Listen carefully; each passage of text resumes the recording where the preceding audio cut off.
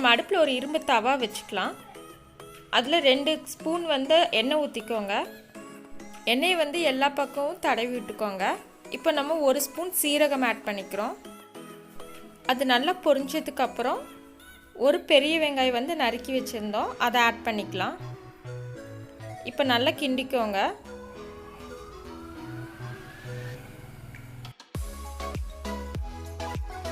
இப்போ வெங்காயம் நல்லா வெந்துருச்சு கொஞ்சம்.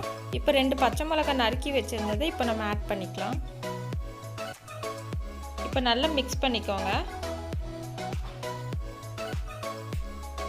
தவாவில் வெங்காயத்தை ஒரு ஓரமாக வச்சுட்டு 1 ஸ்பூன் ஆயில் விட்டு அதில் வந்து இஞ்சி பூண்டு ஒரு ஸ்பூன் ஆட் பண்ணிக்கோங்க.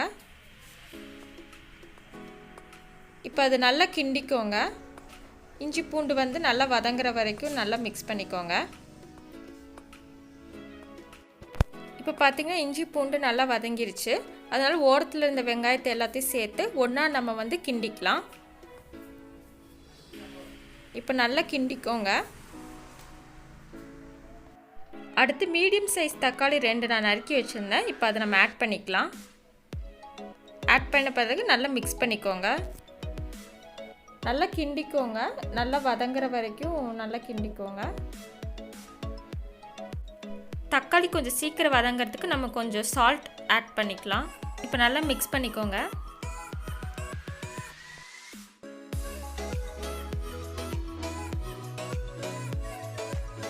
இப்போ தக்காளி நல்லா வெந்துருச்சு. இப்போ 1/2 டீஸ்பூன் மஞ்சள் தூள் ஆட் பண்ணிக்கோங்க.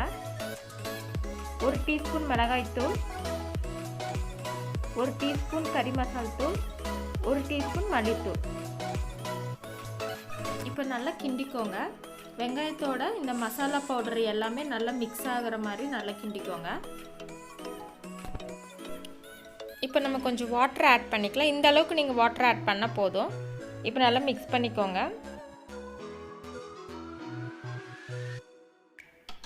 இப்போ மசாலாவோட பச்சை வாசனையெல்லாம் போய் இப்போ நல்லா ரெடி ஆயிடுச்சு.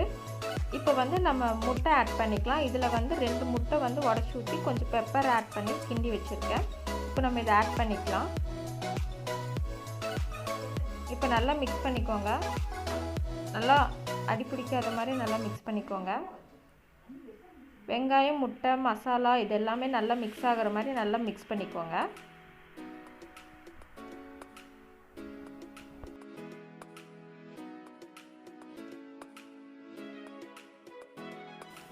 இப்போ நல்லா மிக்ஸ் ஆயிருச்சு.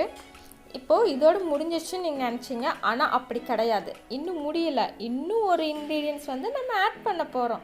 இப்போ பாருங்கள், ஒரு பாயில் பண்ண எக்கை நல்லா கிரேட் பண்ணி வச்சுருக்கேன். இப்போ நம்ம இதை ஆட் பண்ண போகிறோம். ஆட் பண்ணியாச்சு. இப்போ நல்லா மிக்ஸ் பண்ணிக்கோங்க. அந்த மசாலாவோட இந்த எக்கும் நல்லா மிக்ஸ் ஆகிற மாதிரி மிக்ஸ் பண்ணிக்கோங்க. இப்போ மிக்ஸ் பண்ணியாச்சு. இப்போ வந்து நமக்கு தேவையான சால்ட் வந்து நம்ம இப்போ ஆட் பண்ணிக்கலாம். இப்போ ஆட் பண்ணதுக்கப்புறம் நல்லா மிக்ஸ் பண்ணிக்கோங்க.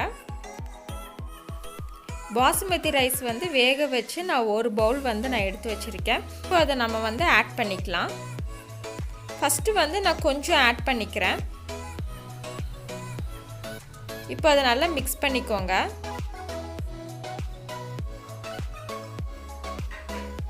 இப்போ வந்து நம்ம பேலன்ஸ் இருக்கிறதையும் நம்ம ஆட் பண்ணி இப்போ நல்லா வந்து நம்ம மிக்ஸ் பண்ணிக்கலாம்.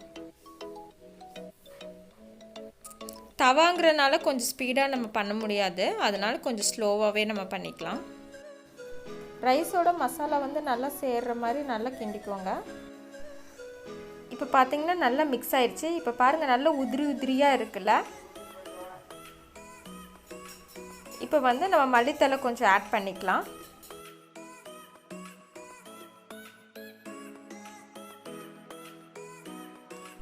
இப்போ நம்ம ஒரு பிளேட்டில் வந்து நம்ம எடுத்து வச்சுக்கலாம்.